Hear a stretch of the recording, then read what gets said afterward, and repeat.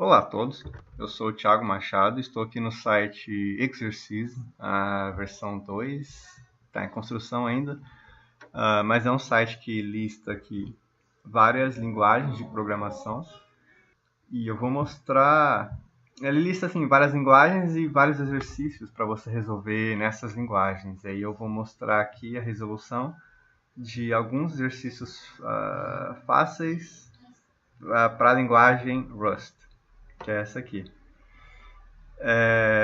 Então, aí você pode entrar nela, seguir aqui as coisas, as instruções e tal, porque você vai precisar instalar a linguagem, né, para você conseguir escrever, rodar, executar, né, a linguagem, usando a linguagem.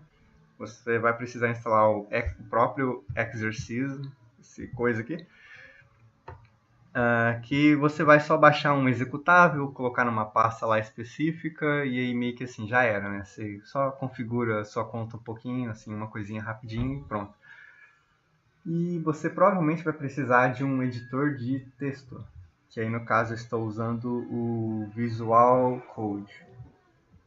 Mas enfim, então você tendo aí o Exercism instalado, tudo instalado, você consegue executar o comando exercism fetch --all Rust, que ele vai baixar, vai criar as pastas e vai baixar para você todos os exercícios aí que ele tem do Rust. Que no caso eu já cheguei a fazer um exercício, o primeiro aqui, Hello World. Mas é isso aí. Então ele cria essa pasta aqui com vários exercícios. E o primeiro deles é o Hello World, que aqui é o original. Então, os links necessários para se instalar essas coisas aqui, você vai poder encontrar na descrição. Ou vai ter vídeo específico para isso, né? Mas para esse vídeo aqui eu queria mais mostrar na prática aí resolvendo alguns exercícios mesmo, sem se importar em instalar nada, nem dessas coisas aí. Nem configurar nada. Então, isso aqui, tchau. Isso aqui então é na minha conta aqui, no Exercism. Aqueles acabaram, na versão 2 aqui, eles acabaram separando, colocando algumas como se fossem algumas classificações aí para os exercícios, né? Se é fácil, médio, difícil, não sei o que, se é rápido e tal. Então assim, eu vou fazer o Hello World e pegar aí algum que seja fácil e que pareça interessante. Antes eu tinha pegado isso aqui e não foi interessante porque teve que usar coisa externa da internet e não foi muito interessante. Eu acabei desistindo no meio da gravação, então comecei outro agora. Então eu vou fazer o Hello World e eu vou pegar algum outro aqui que pareça fácil e que seja fácil mesmo, porque esse aqui eu achei um pouquinho difícil. Então tá bom. Então para começar, a gente pode olhar aqui a pasta que ele criou para o Hello World. Então é uma pasta aí com alguns arquivos. Esse arquivo aqui é um arquivo específico do Git. O Git eu recomendo você procurar mais sobre ele no Google, tal, no YouTube, para você ver para que serve. Mas ele serve para você, assim, para facilitar, para você fazer backup e para facilitar você trabalhar com outras pessoas, assim. Basicamente é isso, o Git. E aí um dos arquivos desse Git aí, esse Git ignore. Você pode ignorar esse arquivo aqui. Toda vez que você cria um projeto em Rust novo, ele vai criar para você esse cargo .ml aqui e a pasta source, esses dois aqui, né? E o negócio do git ignore, tá? Mas enfim. Esse cargo aqui, ele meio que dá nome para o seu projeto, essas coisas. Eu vou abrir ele aqui. Hello World está aqui. Aqui. Hello World aqui. Então tem esses arquivos aqui. Esse cargo .ml aqui, ele dá um nome para o projeto. No caso, o nome do projeto é Hello World, tal. Mas ele pode também, aqui que você pode adicionar novas se você for adicionar projetos na internet para você usar no seu próprio projeto, é aqui que você adiciona também. Mas é isso aí, é bem simples aqui, não tem muito detalhe não. O source é onde fica o código do nosso projeto. No caso aqui, tá aqui, chama lib.rs e é o projeto em si. Aqui ele entrou aqui com 2 arquivos extras do próprio Exercise, que é o README e o Getting Started. Então, esse README aqui, ele dá uma introdução aqui no exercício. Eu não sei, acho que todo exercício tem o README. E ele tem algumas orientações aqui e tal. Getting Started, ele sugere aqui alguns links aí para você ir, para você instalar a linguagem e tal, essas coisas. E parece que é parecido aí com o README. Eu vou seguir então Getting Started. Ele recomenda que a gente dê cargo teste, um comando aqui no terminal. O Rush, eu vou apagar isso aqui, vou entrar no Hello World. Beleza, estou lá na pasta. O Rush, ele tem esse cargo aqui, que é um comando próprio do Rush, né, em geral. Você pode criar novos projetos, você pode mandar rodar código que você criar, essas coisas assim. Para isso que serve esse cargo aí. No caso tem o cargo teste, que é o que ele pede para a gente executar. E a gente executa ele. Então ele vai compilar o Hello World e tal, e vai rodar os testes. O que é esses testes? Tem a pasta, ele também cria a pasta testes. E aí tem um arquivo lá. Esse arquivo, o que ele faz? Ele tem uma função atribuída aqui teste, né, nela. E o que ela faz? Ela é como se fosse um projeto independente. Ela vai adicionar, ela vai incorporar o nosso projeto que a gente está criando aqui, o projeto Hello World. Tanto é que aqui no arquivo de configuração ele está chamando de Hello World no nosso projeto. Então o teste vai incorporar o nosso projeto, né? E vai fazer uso do nosso projeto. Então o nosso projeto aqui, deixa eu trazer para cá, peraí. Fazer aqui assim. Tá. Ele vai fazer uso do nosso projeto. Então o nosso projeto aqui está sendo chamado de Hello World. A gente vem aqui, tem a função Hello. Esse aqui depois a gente vê. Mas enfim, é uma função que você chama ela vai retornar uma frase para você. Então se chamar Hello, você vai ter um Goodbye World, uma frase aí, né? É uma função pública, quer dizer que quem incorporar o nosso projeto, como é o caso aqui, que ele está incorporando o nosso projeto, ele pode ter acesso a essa função. Por isso que ela é pública. Se ela não fosse pública, não ia conseguir chamar a função. Então, ele chama a função do nosso projeto, hello. Então ele vai ter a frase de volta, a frase Goodbye World. E esse teste aqui, ele está fazendo uma comparação entre esse lado esquerdo aqui e o lado direito. Que no caso, Hello World vai ser diferente de Goodbye World. Então, nesse caso aqui, ele manda entrar em pânico se der diferente. Esse é o objetivo desse negócio aqui. Ele manda entrar em pânico se der diferente. E aí, entrando em pânico, uma função de teste, a gente diz que o teste falhou, né? Então, se a gente ver aqui, quando a gente manda executar o cargo teste, ele vai executar aí, aqui, por exemplo, ele procura em algum lugar aqui e não tem nenhum teste, beleza. Ele procurou em outro lugar aqui, beleza, achou um teste para ser executado. É o teste Hello World, que é o nome dessa função aqui, beleza. E aí ele falou que falhou. A thread do teste entrou em pânico e uma asserção falhou. Ele queria que a esquerda fosse com a direita, essa era a verificação. A esquerda era Hello World e a direita era Goodbye World. Então, deu diferente, então tá errado, entrou em pânico e aí fez o teste falhar. O teste falhando, algum teste falhando aparece aqui embaixo também, error. teste falhou, tal. Beleza. Então ele pede para a gente arrumar isso aqui no Getting Started. Então, compreendendo a falha, acho que ele explica isso aí que eu falei. E aí, arrumando o erro. Então, para a gente arrumar isso, a gente vem no nosso programa aqui e muda aqui para Hello World. Aí, beleza. Se a gente rodar o teste aqui. Beleza, aqui, então, procurou em algum lugar, não achou teste nenhum. Aqui embaixo também não achou teste nenhum. Mas aqui ele achou um teste, aí, não sei, ele está procurando, ele achou. E executou. No caso aqui, executou, deu ok.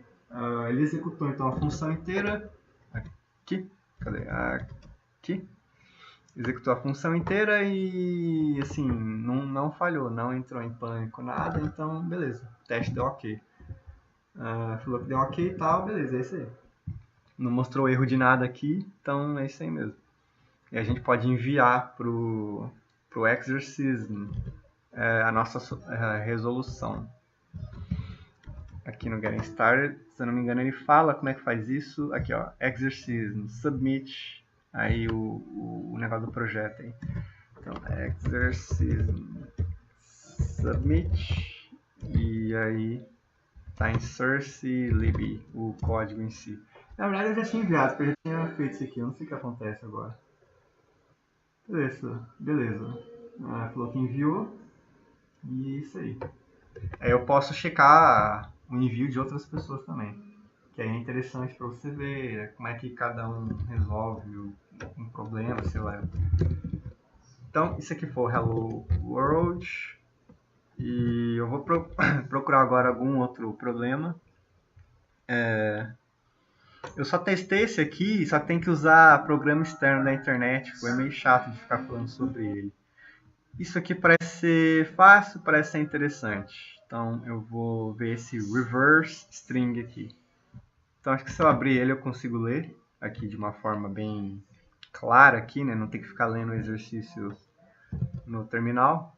Não sei se a internet colabora.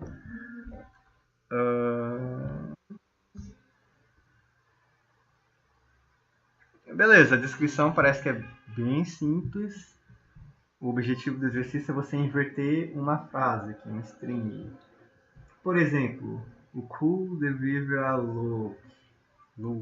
Tá, enfim. Ele inverte aqui. Deixa eu deixar. E não é revertido. Reverte, né? Você deixa o oposto. Então eu vou entrar na pasta desse exercício. Eu não sei qual que é o nome. Deve ser reverse string. Deve ser isso aqui. Tá. Reverse string. Tá, entrei lá. Eu vou ler o readme, vamos ver se tem alguma coisa. Então, o Hello World já era. O reverse string aqui, deixar lá em cima. Opa! Readme, vou fechar tudo anterior aqui. Beleza. Tem um pouco mais de explicação aqui. Então tá, nos próprios exercícios tem um pouco mais de explicação. Pelo que eu entendi, você não precisa usar o navegador. Você pode tudo usar só aquele negócio de comandinho do exercício mesmo e já era. Então tá. A gente já viu essa parte aqui. Bônus. Teste a sua função para strings aqui esquisitas e veja o que acontece.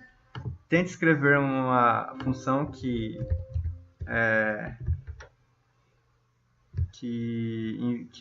faça aí a reversão de forma correta. Beleza, ele falou, se a gente quiser testar com esse teste aqui mais difícil, digamos assim, a gente tem que alterar os testes. Tá? E aí parece que ele sempre fala como instalar o Rush e tal, que assim, eu já fiz, né? Eu já instalei o Rush e tal. Então tá, esse aqui então, aqui para baixo que é inútil, então é isso aí mesmo. Então a gente vê o programa que tem por enquanto e o teste. Beleza. Eu vou colocar o teste aqui, o programa aqui. Beleza, então aqui o programa. é uma função pública. Deixa eu ver aqui o cargo, se tem alguma coisa diferente. Beleza, o cargo tem alguma coisa diferente. Ó, tá falando que o autor aqui é esse cara aqui.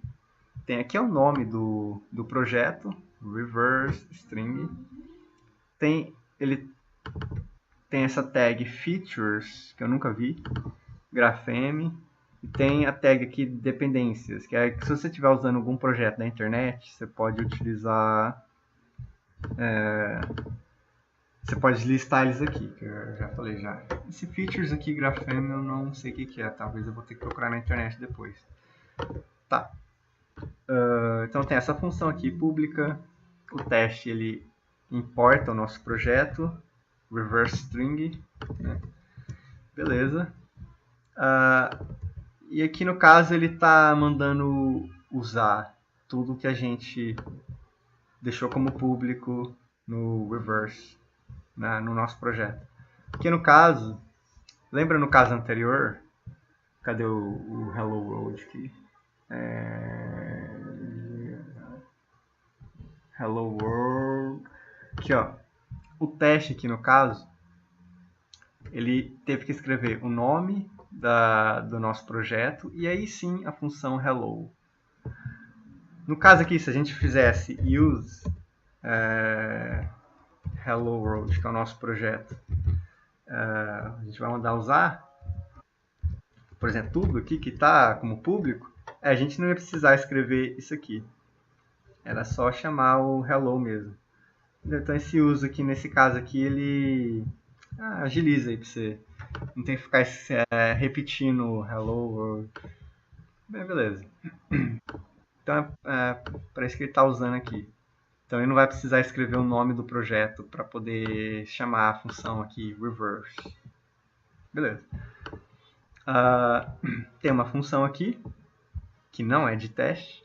Aí tem essa função de teste e tem aqui um monte de função de teste que estão sendo ignoradas. Então a primeira coisa que eu vou fazer vai ser dar um cargo teste para ver o que acontece. Então eu já estou no reverse string cargo teste. Ele está compilando, pá, isso aqui deu erro. Tá, depois a gente vê o que aconteceu. Beleza, então ele executou esse teste aqui, né? Que acho que é a única função que está marcada como teste que não tá sendo ignorado.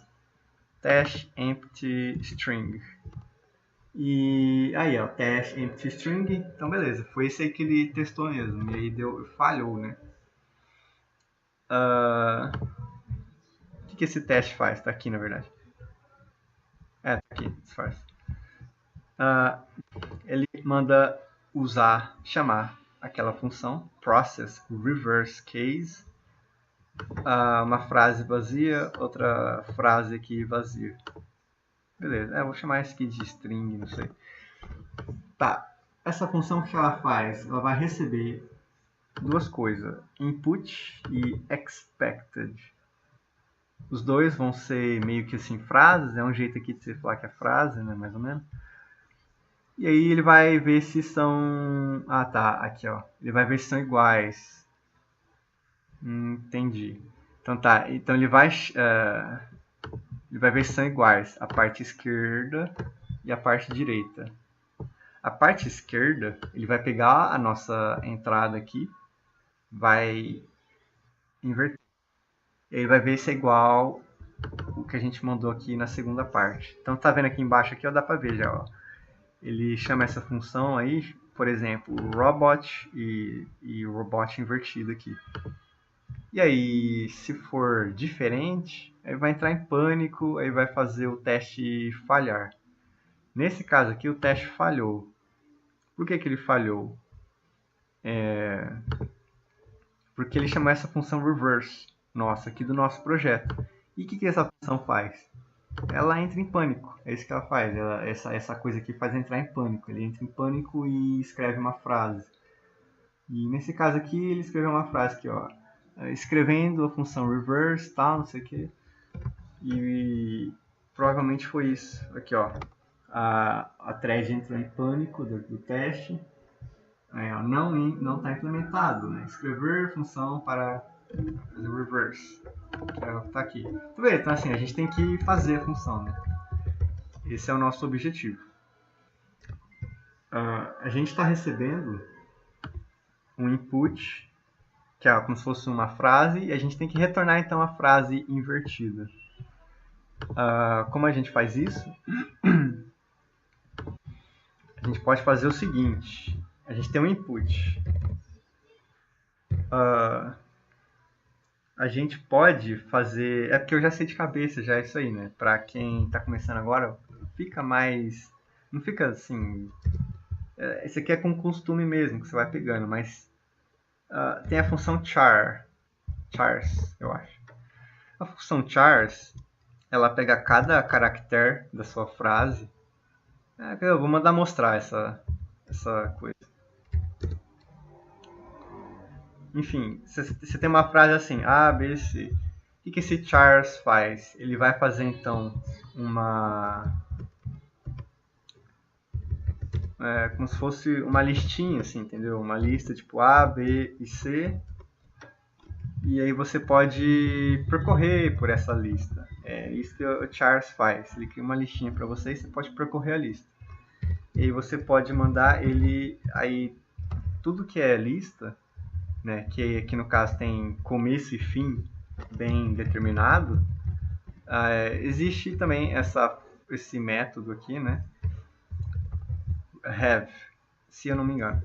Que aí ele vai fazer o que? Ele vai inverter. Ele vai fazer C, B, A. Então ele vai fazer uma lista que antes era tipo do caractere A, do caractere B, do caractere C, virar do caractere C, B, A.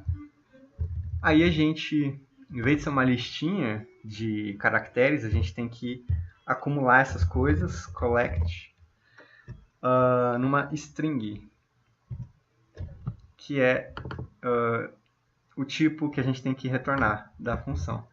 Tá, se eu não me engano, isso aqui era para funcionar. Eu não sei, vou ver agora. Vamos ver o que acontece. Carga o teste. É muito comum errar, viu, gente? Programação, assim, não tem muitos problemas de errar. Eu fiquei errando num problema anterior que eu estava fazendo aí, só que eu tive que procurar na internet e ficou muito longo o vídeo. Daí por isso que eu abandonei aquele problema lá.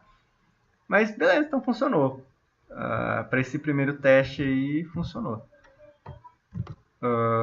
Foi bem simples, uma questão de fazer virar uma listinha de caractere, fazer inverter e coletar, fazer isso virar uma frase de volta.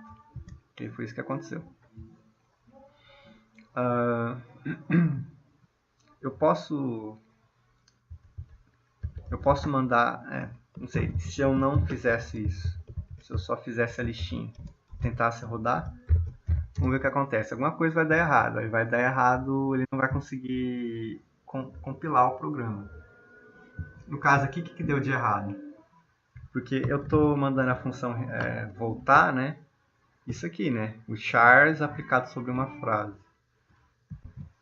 Que é uma listinha de caracteres, né? Então ele tá falando isso aqui, ó. Você tá retornando aqui um negócio aqui que é uma lista de caracteres, só que a gente tá esperando uma string. Então assim, quer dizer, a gente tá esperando não, né? Você falou que você ia retornar. Eu falei que eu ia retornar uma string e tô retornando uma listinha de caracteres. Então ele reclama, fala, tá, uma coisa tá errada, tá, arruma aí. Então beleza, então tá. Digamos que eu aplique o have. Então, eu aplicar o have, ele continua sendo uma listinha de caractere, mais ou menos. Então ainda assim não vai compilar ainda. Tá, fazendo isso aqui ele vai compilar certinho. A gente pode ver, tirar o ignore aqui desses outros aqui e ver o que acontece. Então, para uma frase vazia, deu certo. Agora vamos ver para robot. Bad robot. Deu certo também, porque se tivesse dado errado, ele ia estar dado erro. Mas aqui, teste a word, deu certo. Beleza, vamos ver então uma palavra que tem letra em maiúsculo. Então, ramen, nemar, Então, eu já tirei o ignore, então é uma coisa de rodar cargo teste de novo. Beleza, até agora passou. Tá, eu vou tirar de todos aqui, vou ver se algum falha. Não sei porque eu tava tirando de um, é porque eu achei que algum ia falhar, né? Vamos ver. Tá, tem bastante coisa aqui, ó. Nesse outro aqui tem sentença com pontuação, então tem, esqueci o nome desse apóstrofe, não sei, exclamação, isso aqui. Isso aqui, palíndroma, tá, ela é ao contrário dela mesma, né? Tipo, se reverter fica igual. Caracteres é esquisito, né? E também com esse negócio de grafeme aqui. Isso aqui tá com cara que vai estar errado, não sei. Vamos ver. Cargo teste. Tá, deu tudo certo. Eu não sei o que é esse feature grafeme aqui. Sem isso dá errado. Tá, então ele já tinha arrumado pra gente esse grafeme. Eu não sei o que isso faz, teria que procurar na internet mesmo. Aparentemente, sem isso, ele fica meio zoado aqui. Na hora de reverter, ele coloca o acento na letra errada aqui. Entendi. Porque geralmente os acentos são feitos como? É tipo U, aí depois o acento, aí o U. Ou vem antes, alguma coisa assim. Aí quando reverter, ele vai meio que ficar confuso e vai colocar o acento na letra errada. Deve ser isso. Então o grafeme, ele, de alguma forma, ele previne isso, não sei. Mas tá, beleza. Então esse teste aqui também já era. Acho que eu vou pegar mais um para fazer. Vamos ver. Então esse aqui usou iterador, que é aquela coisa de listinha de caracteres, né? String e tal, string. Dá para aprender coisa mais funda com esse exercício, né? Assim, daria para falar mais coisa enquanto eu estava resolvendo ele. Daria para falar mais sobre esse negócio de lista, sobre esse negócio de reverter, mas assim, acho que tem outra oportunidade para aprender isso aí também. Vou pegar aqui então, aqui ó, isso aqui dá para mexer com lista. O nth prime. O que é esse nth prime? Vamos ver, não sei. Então vou mandar abrir ele já. Vou fechar tudo aqui.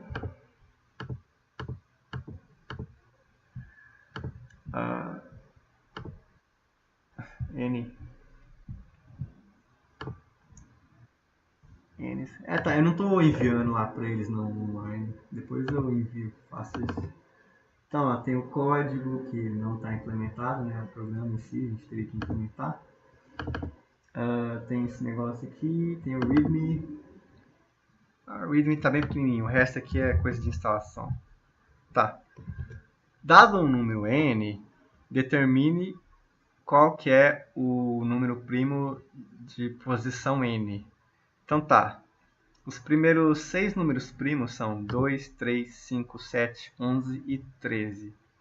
E aí podemos ver que o sexto, primeiro, segundo, terceiro, quarto, quinto, o sexto é 13. Então tá, então n sendo 6, o número primo na sexta posição é o 13. Tá, beleza. Então, beleza. Aí tem vários testes e aí ele vai ficar chamando esses testes aí. Se a gente testar vai dar errado, né? Porque não está implementado. Então a gente vai explorar esse teste aí, que a gente vai explorar lista e essas coisas. Então a gente pode pensar primeiro, assim, matematicamente, uma maneira da gente descobrir se um número é primo ou não. Como que a gente sabe que, por exemplo, aqui 5 é primo? Porque ele não é divisível por nenhum primo anterior. É basicamente isso. Por que o 11 é primo? Porque ele não é divisível por nenhum primo anterior. Então, isso é o suficiente para a gente testar. Ele não é divisível por nenhum número anterior, né? Número a partir daqui, né? A partir do 2. Ele não é por nenhum número anterior. Só que assim, a gente não precisa testar, por exemplo, se ele é divisível por 10, por 8, por 4, porque o 2 já pega esses casos. Entendeu? Então, em vez da gente testar se é divisível por 10, não é. Tenta pelo 9, não é. Tenta pelo 8. Porque se a gente testar por todos os primos anteriores, né, e não for, então nenhum número é. Então, assim, não precisa testar todos os números, só precisa testar os primos anteriores. Então, beleza, acho que matematicamente, então essa é a nossa intenção. Dado um número n, a gente testa se ele é divisível pelos números anteriores. Isso para descobrir se o número é primo. Então, beleza. Então, a gente pode começar como? A resolver esse problema. Fazendo esse teste aí, a gente testa se o número é primo. Falar sobre essa coisa de ser divisível. É uma maneira de começar. Então, no Rush, você pode criar variáveis aqui, usando let. Então, você pode falar, let x é igual a 0, entendeu? Let x é igual a 1, 2, 3, e assim por diante. É um exemplo aí de você criar variáveis. E no caso aqui, o Rush vai automaticamente. Eu estou criando uma variável x, eu estou criando uma variável x de novo, estou criando uma variável x de novo e de novo. Cada vez que eu crio, eu estou abandonando a que eu criei antes. Então, já que eu estou criando várias vezes, eu estou, na verdade, abandonando. Eu estou criando de novo, eu estou abandonando o que eu tinha antes dessa variável. Eu posso criar aí com outros nomes também, né? Que aí eu não abandono. Eu não interfiro aí nas variáveis x. Na variável x, né?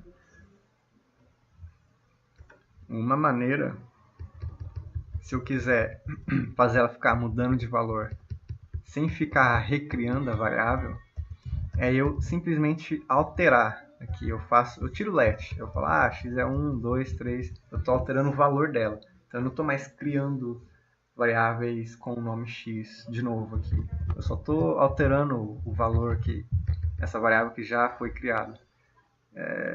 Só que eu não posso fazer isso sem colocar mut, porque por padrão as variáveis não podem ser mudadas uma vez que elas forem criadas, né? Mais ou menos isso. Então, mas colocando mut aqui, eu posso alterar o valor delas tranquilamente. Então, isso aqui é mais ou menos o básico aqui de variável e número no Rush. Por padrão, acho que isso aqui vale... é uma variável do tipo i32. Quer dizer que ela tem 32 bits. O que significa isso? Tem as variáveis do tipo i8, i16, i32, i64, i128. Acho que para aí por enquanto. Tem também as variáveis u8, u16, u32, u64, 128. Tem também as f, acho que 16, aqui. F32, F16 acho que não tem não. F32 e F64. Tem as variáveis booleanas, que elas podem ser... Aí já são valores, né? Não são tipos. O tipo de uma variável booleana é bool. E tem as variáveis que são tipo frase, né? String e tal, caractere. Mas acho que por enquanto tá bom para falar de variável aqui. Então a variável, por exemplo, u8 aqui, que é i de integer, números inteiros. E u aqui é de unsigned integer, que é inteiros que não gastam, não fazem esforço para mostrar, para informar, né, o sinal do número. Então, assim, o negócio é que essas variáveis inteiras aqui, elas querem armazenar números inteiros. No caso aqui do i, ele vai fazer um esforço aí para expressar se o número é positivo ou negativo. No caso do u, ele não tem esse gasto. Então, assim, se você não quer usar número negativo, você não precisa usar o i, você pode usar o u, que aí você então vai ter um esforço menor, porque você não precisa ficar falando o sinal que é sempre tipo positivo, e tendo esse esforço menor, sobra mais memória, né? Salva mais espaço para você alcançar um número maior. Então o U ele alcança um número maior do que os I. Só que o I pode ser positivo ou negativo, né? Então aí depende do seu caso de uso. Eu não lembro, por exemplo, o 8 ele pode ser de 0 até 255, que seria isso em decimal. Em hexadecimal seria 0x00, que aí é uma representação diferente, né? Mas depois talvez a gente vê isso aí, né? Até 0xFF, que em binário, eu não tenho certeza, acho que binário é assim, 8, 2, 3, 4, 5, 6, 7, 8. Eu vou dar uma underline aqui. A gente pode dar underline nos números livremente, não interfere. Se for facilitar para ler e tal, dependendo do seu uso, né? Aqui, por exemplo, eu dei underline aqui, não precisava. Em binário ele vai desses zeros aí até em binário também seria 1. Então seria isso. Eu vou até colocar aqui, ó. Em hexadecimal então é assim e em decimal é assim. Opa, underline na frente não pode. Enfim, 255. Beleza. Então, em decimal, hexadecimal e binário. No caso hexadecimal, é tipo um jeito de contar diferente numérico aí que você, enfim, você representa aí de várias formas diferentes. No hexadecimal eu estou representando aqui 0x, binário 0b, decimal normal, por padrão eu estou falando em decimal. Enfim, o 8 pode ir até de 0 a 255, o 16, se existisse aí um 9, não existe, né? Não por padrão, mas se existisse, ele ia poder ir até o dobro disso aqui. Mais ou menos isso. Na verdade não é o dobro disso aqui não. Você tem que somar 1, dobrar, aí se diminui 1. Vai até esse valor. Aí então o 10 seria meio que o dobro ainda, né? Em relação ao 9. O 11 o dobro ainda. Então o 16 é tipo o dobro, assim por diante, né? Em relação ao 8. Então é um número bem maior. Sei lá, uns 32 mil, não sei direito de cabeça assim quanto que é. Então, você tem vários tipos de números aí, cada um tem o limite aí, então, dependendo do limite do número que você vai usar, você vai ter que usar um 8 bits, ou você vai ter que usar 16 bits, aí vai da sua necessidade. Porque, assim, no computador ele não consegue chegar a valores assim, infinitos, né? Com precisão, né? Entendeu? E é isso aí. Os F são números quebrados, ponto flutuante que eles chamam, mas tipo assim, 0.5. Aí isso aqui, na verdade, é um F32 por padrão.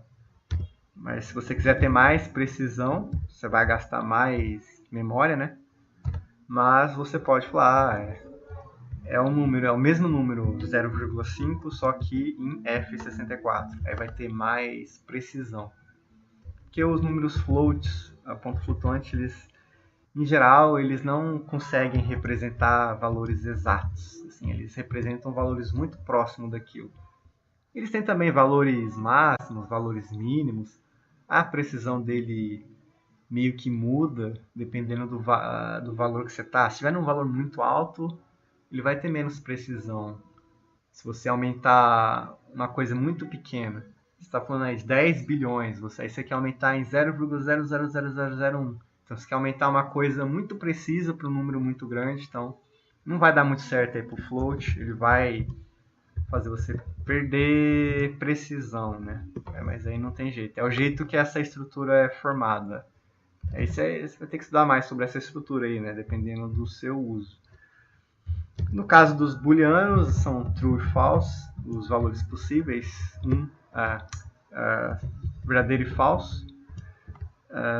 E é isso mesmo. Não tem muito o que falar. A gente pode usar as booleanas em decisões. Então a gente pode falar se true, vai acontecer alguma coisa. Se não, vai acontecer outra coisa. Né? Entendeu? É basicamente isso. Isso aqui é uma expressão de condição, if, else. Se a expressão que tiver aqui dentro for true, vai executar isso aqui, entendeu? Aí no caso, como eu coloquei um else, estou querendo dizer que se não, né, então se a expressão que tiver aqui for false, então vai executar isso aqui. Então um exemplo mais prático aí, se 1 for igual a 1, então isso aqui é como se fosse um true, aí vai executar isso aqui, entendeu? Vai executar essa parte aqui. O que tiver aqui dentro, aqui, blá blá blá. Se por exemplo colocar se 0 for igual a 1, aí isso aqui é como se fosse falso, é como se tivesse um falso aqui, né? No caso ele então não vai executar aqui. Como eu coloquei um else, ele vai executar o que está no else aqui. Poderia colocar else if, se 1 for igual a 0, que aí dá falso de novo, né? Então ele não vai executar isso aqui. Eu poderia ter, por exemplo, um else aqui, aí ele ia executar o else. Mas se não tiver nada, aí ele não vai executar nada dessas coisas aqui. Beleza, é isso aí, assim, if, else é assim que funciona. Então, as booleanas aí, em geral, elas são usadas nessa coisa aqui de decisão aqui, né? Então eu posso falar assim, let a igual a true. If a, entendeu? É que eu estou usando a variável. Let x é igual a 10. Se x for igual a 10, eu posso fazer coisas nesse sentido aí, usar as variáveis nas estruturas de condições aqui. Que no caso aqui, o a é true. Então, isso aqui, o a, ele acaba virando true, que é o valor dele. Então, ele vai entrar aqui dentro. Ele entrando aqui, ele não vai executar esse else. Apesar disso aqui ser true, né? Mas ele não vai chegar a executar o else. O else só chega a executar se antes aqui for false. Né? Como aqui é true, o else não chega a executar. Então, no caso aqui, o programa vai executar o que tiver aqui e vai aqui para baixo aqui, né? Então, beleza. Booleano é assim que você usa. Acho que eu já dei uma introdução das variáveis mais básicas aí, que são usadas no Rust. Uma coisa que eu esqueci de falar é que, no caso aqui, a gente fez aqui x é i32. A gente pode, aqui ó, igual a 0 i32. Vou ficar mais simples aqui. A forma mais completa de vocês criar uma variável é você falar o tipo dela também. Então, a gente pode falar o tipo dela e o valor aqui. Mas, assim, no geral, ele consegue detectar o tipo para você sozinho, você não precisa falar. Então, aí não precisa, né? Mas se precisar, aí você vai ter que falar. No caso aqui de função, você sempre tem que falar o tipo do retorno da função. Que aqui é um option de um U32. Depois a gente vai ver sobre esse option. Mas U32 a gente já viu, é um número inteiro positivo, 32 bits. E a gente está recebendo um número inteiro positivo de 32 bits na chamada dessa função. Beleza. Então, seria bom a gente então fazer uma função que a gente quer saber se o número é primo, is prime, uma coisa nesse sentido assim. A gente vai mandar um número, vamos chamar aqui de x, vai ser um U32, por exemplo. Ele vai retornar uma boolean, entendeu? Ele vai retornar true ou false. Depois a gente vai ver qual. A gente vai então descobrir se é true ou false. Digamos que esse x aqui, por enquanto, vamos fingir que ele vale 5, só para a gente elaborar aqui o nosso raciocínio. Vamos fingir que esse x é 5. Como é que a gente faz para descobrir se ele é primo? Eu não falei nada sobre operadores que você pode utilizar com as variáveis e com os números, mas você pode fazer, por exemplo, 1 mais 1. Aqui no caso do igual, você está colocando o valor 5 na variável, né? No if, não sei se você lembra, eu esqueci de falar, eu usei igual a igual. No caso, usar igual a igual, você está comparando se o lado esquerdo é igual ao lado direito. Né? É mais ou menos isso. E aí, se for igual, o igual a igual, ou ele vai dar em true ou vai dar em false. É assim que funciona. Então tá, pode fazer 1 mais 1 normal, você pode fazer A vezes B multiplicando, D dividido por E, dividindo, mas enfim, tem um operador especial, x módulo, digamos, y, é esse aqui, operador módulo. Para quem já conhece programação, mais ou menos tende a saber o que ele faz. Mas ele faz o seguinte, ele é aquela tabela de divisão que é tipo, não sei o que, tem aqui, o número 10, sei lá, dividido por 3. Aí, sei lá, fazendo no papel eram uns negócios mais ou menos assim. 10 dividido por 3. Dá 3 vezes. Aí faz, menos 9. Aí, como é que é? Aí, beleza, fica em 1. E é que vai, aí você multiplica por 10, né? Aí você vai colocar tipo vírgula. E aqui, coloca 10. Vai 3 de novo. Enfim. Mas, enfim, sobrou 1 e não é mais divisível. É aí que para esse operador.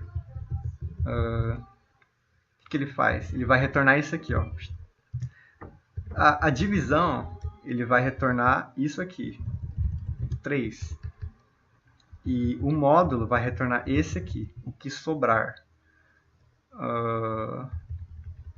Aqui cabe falar também para quase todas as linguagens de programação. Se você for dividir, por exemplo, 10 por 3, ele vai dar 3. Apesar de não ser exato, ele vai descartar isso aqui. No caso de números inteiros, né? Se você considerar que é tudo i, 32, por exemplo, né? Aí vai ser mais ou menos isso. Mas, enfim, no caso, o módulo ele vai retornar o que sobrar. Então, só vai ser zero isso aqui quando o número for divisível. Por exemplo, aqui, se for 9, ele é perfeitamente divisível por 3, entendeu? Assim, vai sobrar nada. Então, 3 é um múltiplo de 9. 9 é um múltiplo de 3, não sei como é que fala isso. Mas, enfim, é isso que a gente tem que descobrir. Se ele tem algum número que ele é perfeitamente divisível antes dele. Entendeu? Então, a gente tem que fazer se x módulo 4, a gente verificar se isso é 0. A gente verifica se x módulo 3 é igual a 0. Entendeu? Se ele não for 0, ele pode ser 1, pode ser 2, 3, sei lá, pode ser um monte de valor, depende aí do caso. Mas se ele for 0, perfeitamente divisível. Então, a gente só quer ver isso, a gente para no 2. Então a gente vê essas coisas aqui. E se no caso, se isso aqui, digamos assim, der false, isso aqui, se isso aqui der false, isso aqui der false, quer dizer que ele deu, na verdade, um número que era, sei lá, diferente de 0, né? A gente está vendo se é 0.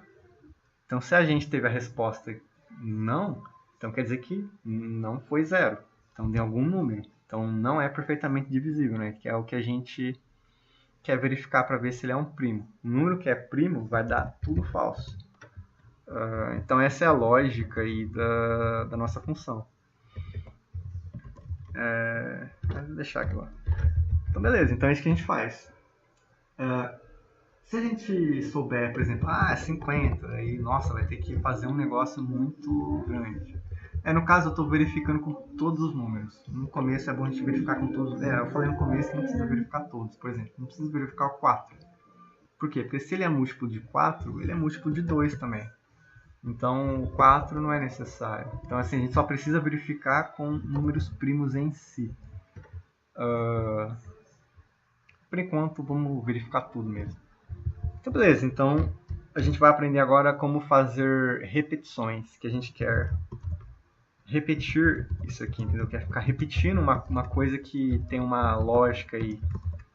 Só está mudando aqui esse número aqui, ó, o resto é tudo igual, tá vendo? Então a gente pode colocar uma repetição aí. Repetição em Rush é feito usando while, por exemplo. Ou um for. Vamos usar for. Esquece while, vamos usar for. Tá.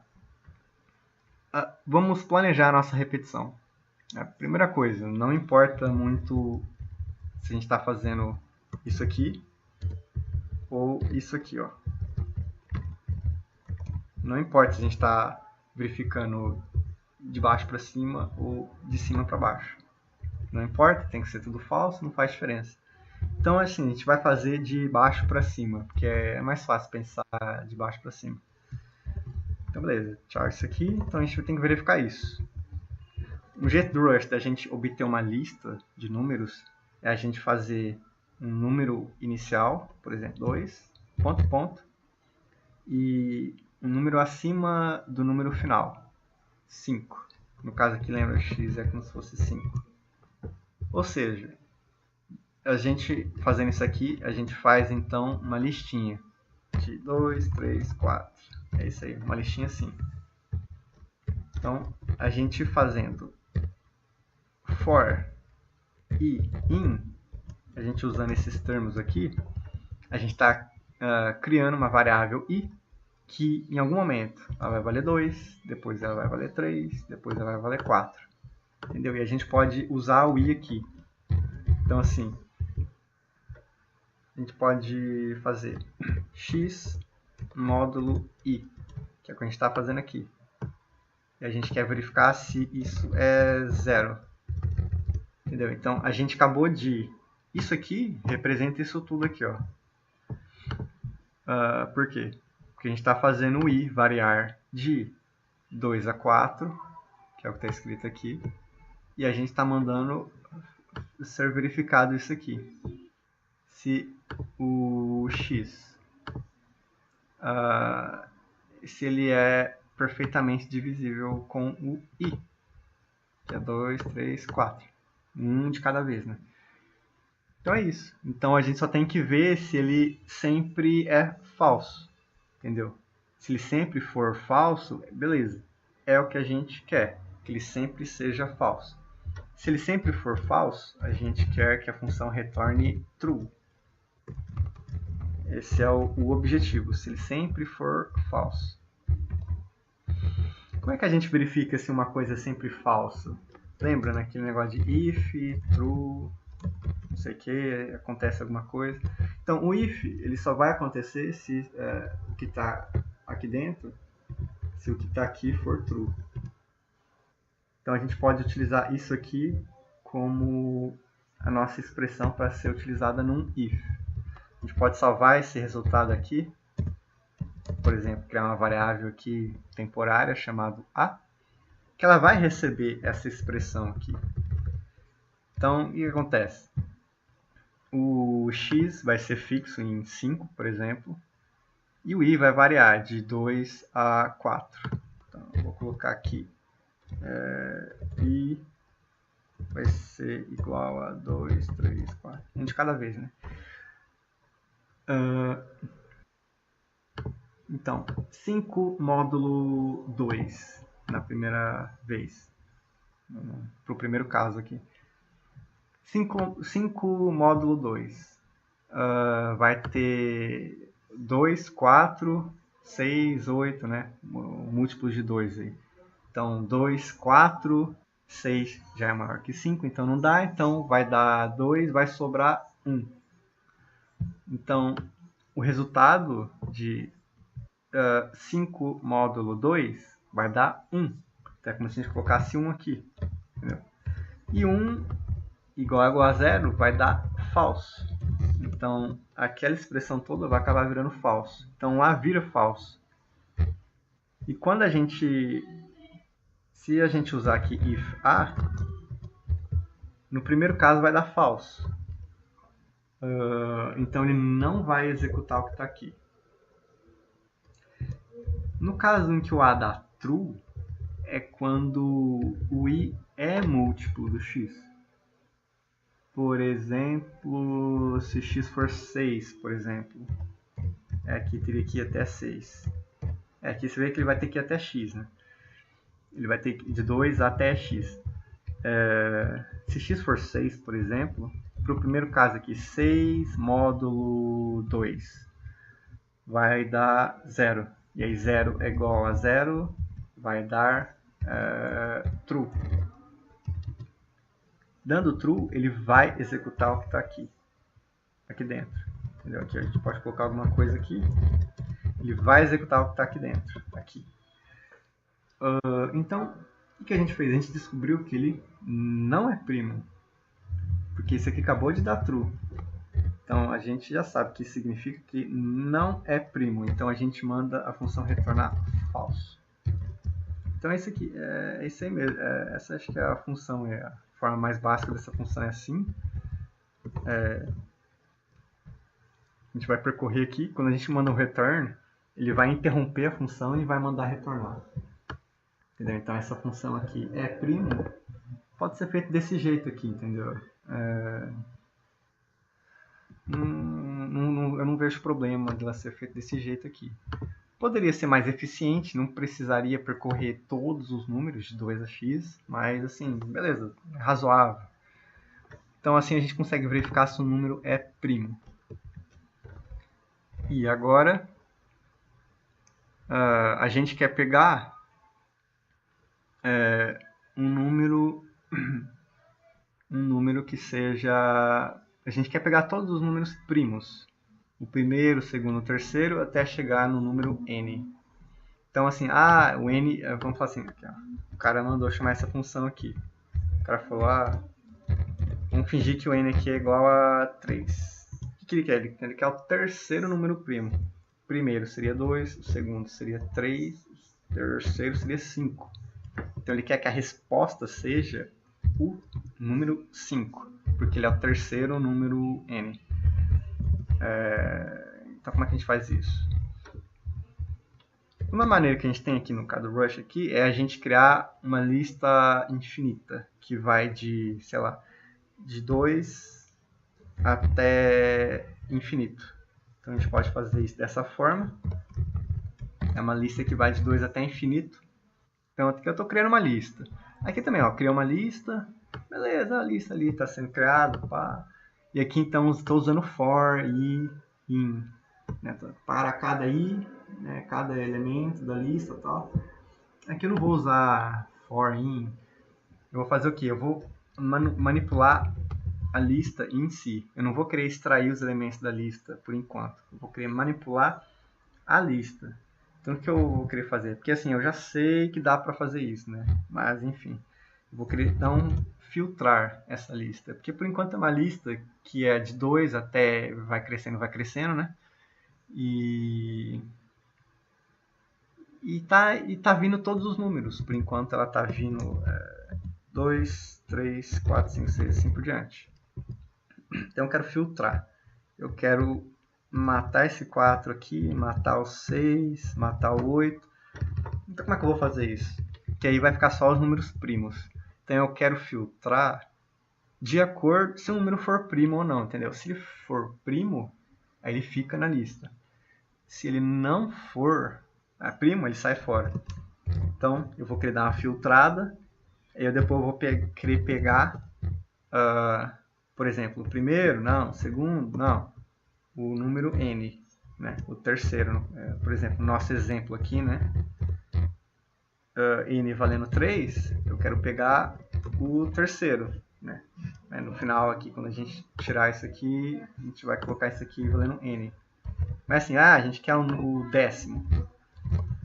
Então a gente, usando esse método aqui, N, a gente pega o décimo aqui, por exemplo. A gente consegue falar qual que a gente quer. Então é isso mesmo, essa função aqui. É só arrumar o filtro. O jeito que a gente arruma o filtro, a gente cria uma mini funçãozinha aqui dentro, como se fosse, né? E essa mini funçãozinha, ela vai entregar pra gente o tal do i, que é como se fosse esse i aqui. Só que a gente vai usar aqui rapidamente aqui, só para filtrar aqui. O que a gente quer saber? Quando a gente usa o filtro, a gente tem que criar uma funçãozinha, uma mini funçãozinha aqui dentro, que a nossa funçãozinha tem que retornar ou true ou false. Se ela retornar false, o i sai fora da lista. Se ela retornar true, o i pode ficar na lista. Então é isso. Então, se a gente usar a função isPrime, chama aquela função passando o i. No caso dessa função, se o i for número primo, vai retornar true. Retornando true aqui, vai continuar na lista. Então, esse é o comportamento que a gente quer mesmo. Se o i não for primo, a função vai retornar falso. E aí, sendo falso aqui, a função filtro vai acabar tirando esse elemento da lista. Como se fosse isso, né? Então, beleza, é exatamente esse o comportamento que a gente quer mesmo. E aí, então, a gente tendo uma lista já filtrada, aqui a gente consegue, aqui, melhor mostrar assim, né?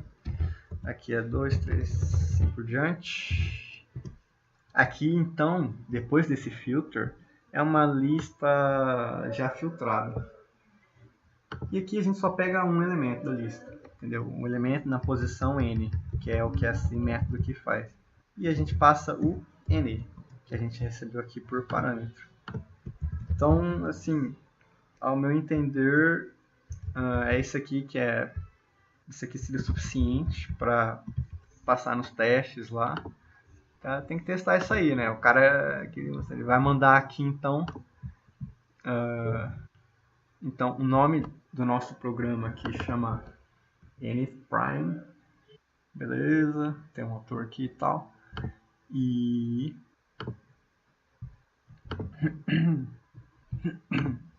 então ele importou o nosso programa que a gente fez e chamou de np. Ele pode dar apelido aí para os projetos que ele incorpora, né? Chamou de np, então ele pode usar np, esse negócio aqui, e aí chamar a função pública. A isPrime nem é pública, então assim, ele nem consegue ter acesso a essa função, o negócio dos testes aqui.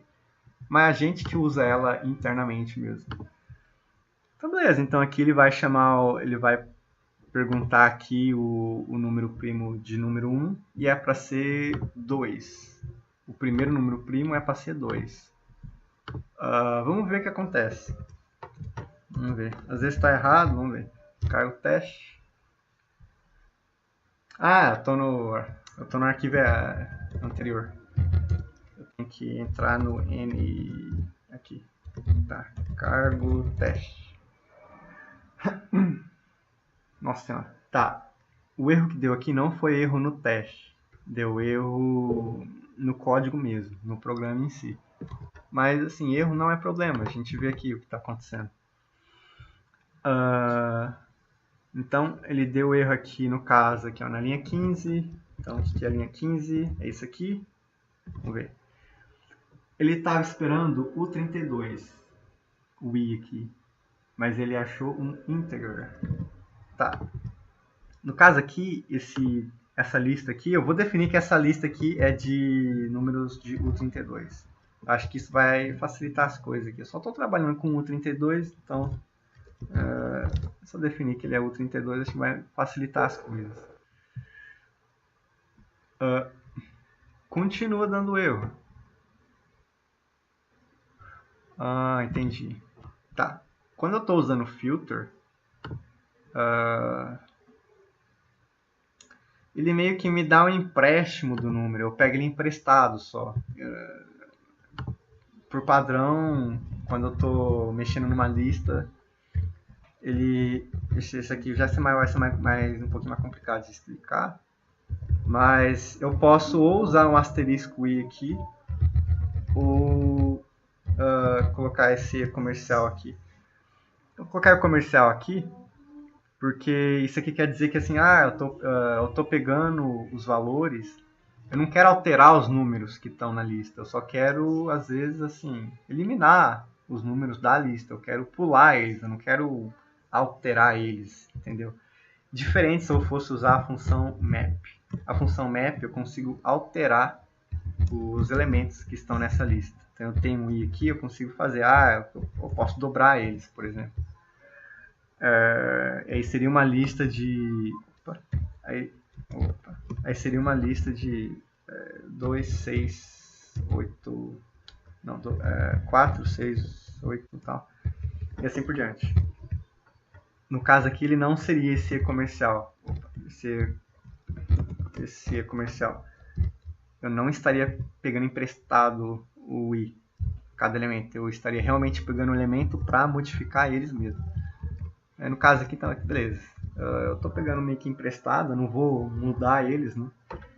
Então essa função não me permite mudar, alterar os valores. Só me permite ter uma visão sobre eles, entendeu? Então é nesse sentido aí que ele reclamou, eu espero. Então a linha 16 agora está com um problema. Ele estava esperando um uSize e ele recebeu um N. A gente pode dizer uSize. Por quê? Porque esse N aqui, ele está esperando um valor que se refira a uma posição. Uma posição de, tipo assim, uma posição de uma lista, digamos. Tudo que é posição de lista, ele vai exigir que a gente use o size, por exemplo. Até onde eu vi. Isso elimina vários tipos de erros que poderiam acontecer. Imagine se eu tivesse um número negativo aqui sem querer, e vai tentar pegar um número numa posição negativa. Pode ser um comportamento que eu não queria que tivesse, né? Quer dizer que a minha lógica que está errada. Então, assim, ele impede essas coisas assim, de acontecer. Então é só transformar para o size e a gente roda. Falhou o lado esquerdo do teste deu 3 e o lado direito deu 2. Acho que eu já sei porque falhou. Tá certo, ele falhou. Ele falhou porque o número... porque quando a gente manda 2 aqui, a gente vê que ele é divisível por 2, tipo assim, ele é múltiplo de 2, e a gente fala, então ele não é primo. Entendeu? Então, para o caso 2 aqui no jeito que a gente fez, é um caso especial. Então, a gente tem que sempre verificar se o x é o número 2 em específico.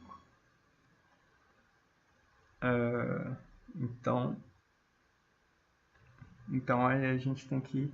Pera aí. Aqui está variando de 2 a x. Então é para retornar true. Eu acho. Então, vamos ver. Se x for igual a 2, a gente retorna true.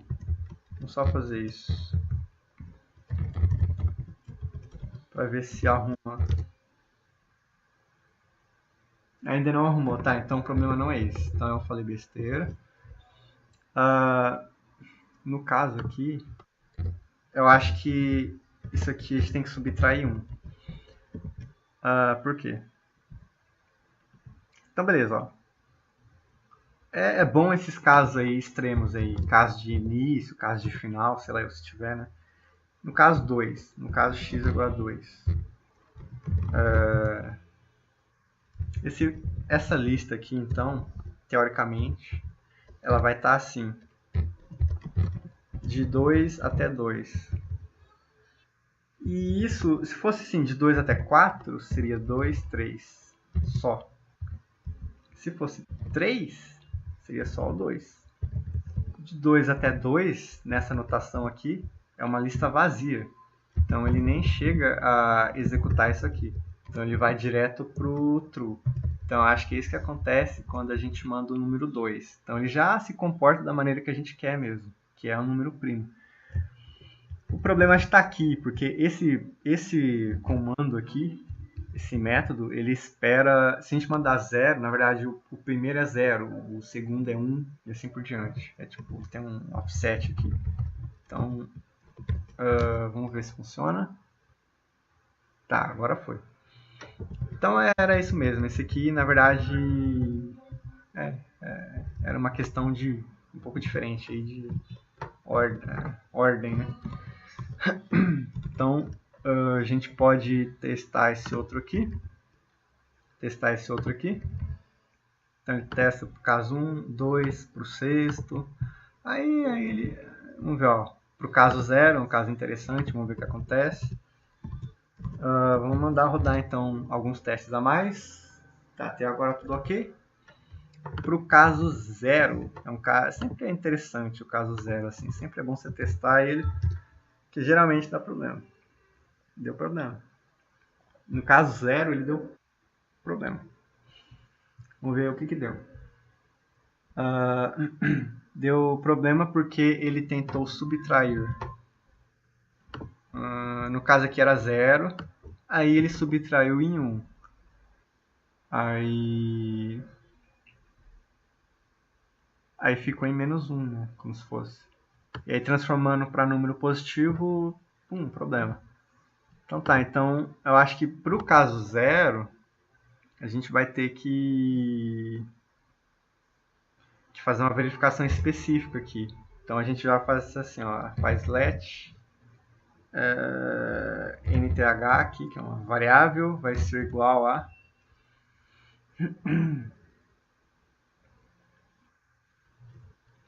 n-1, por exemplo. A gente quer que ela seja o size. O que a gente quer fazer? A gente quer fazer que, no caso aí, ele pediu um número 0, não tem ninguém, entendeu? Ninguém. Não tem posição 0. Então, a gente pode só verificar, então. Se ele for 0, se isso aqui for igual a 0, a gente retorna... A gente faz um if direto aqui, vai. If, se isso aqui, n-1, for igual a 0, a gente simplesmente manda retornar none, que é um tipo especial, uma resposta especial aqui desse option aqui. Porque esse método aqui ele já retorna de acordo com o option. Acho que em algum outro momento eu falo mais sobre esses tipos aí, options, são tipos interessantes. Ainda deu problema. O que deu de problema? Ah, tá. Tem que dar errado quando ele é menos 1.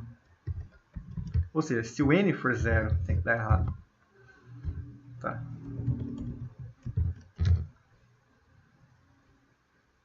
Tá, agora deu certo. O outro problema, o outro caso aqui, eu tenho a impressão que ele vai demorar para acabar. Eu tenho a impressão que ele só vai dar certo, assim, de conseguir rodar rápido, se a gente otimizar um pouquinho aqui essa função, né? Não ficar verificando número a número. Talvez aí num próximo vídeo aí eu faço isso e aproveito e ensino algumas outras coisas interessantes da linguagem. Inclusive mais sobre o option. Nesse mesmo exercício aqui, sem mudar de exercício. Vamos ver. Eu vou tentar mudar aqui. Eu estou ficando meio sem voz já. Tá demorando para executar. Tá, provavelmente não vai rolar. Então eu vou parando por aqui. Alguns exercícios aqui, então, a maioria dos testes aqui foram.